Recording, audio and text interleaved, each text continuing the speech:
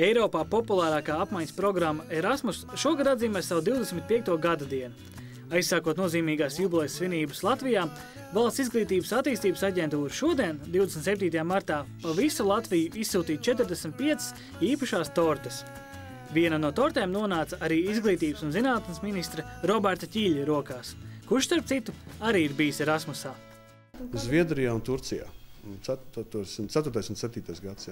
Lasīju lekcijas gan Zviedrijā, gan Turcijā un piedalījos viņu organizētajos pasākumos, Kalmārā un Izmirā.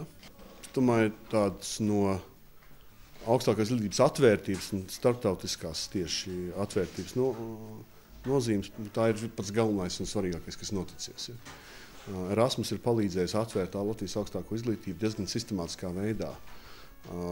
Citām valstīm ir skaidrs un saprotams, ka studenti, kas dodas, un arī pasniedzēji, kas dodas, momentā ne tikai nonāk citā valstī, bet arī iepazīstās ar citas valsts akadēmiskā procesa iezīmēm. Līdz ar to vērtējošāk var skatīties uz savas valsts gan mācību, gan darba procesu. No šāda viedokļa tas bijis nenovērtējami.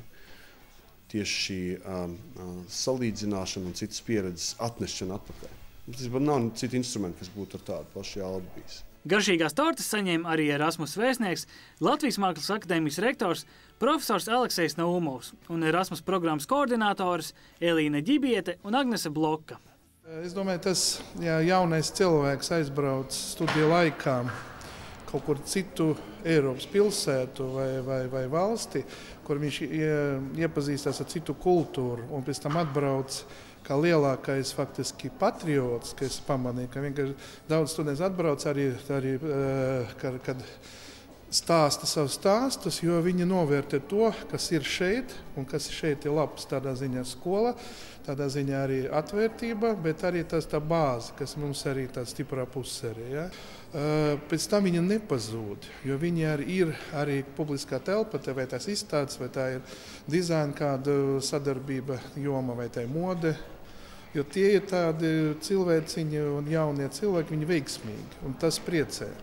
Jo viņi redz plašāk, viņi redz arī ļoti tā šauri savu specialitāti, un pēc arī tāda aptaujām, viņam arī viņi nav bezdarbnieki, jo vispār akadēmijā mums ir gandrīz vai nav bezdarbs. Erasmus programmas dalībnieku skaits katru gadu ievērojami pieaug. To uzsver arī Valsts izglītības attīstības aģentūras direktore Dita Traidās.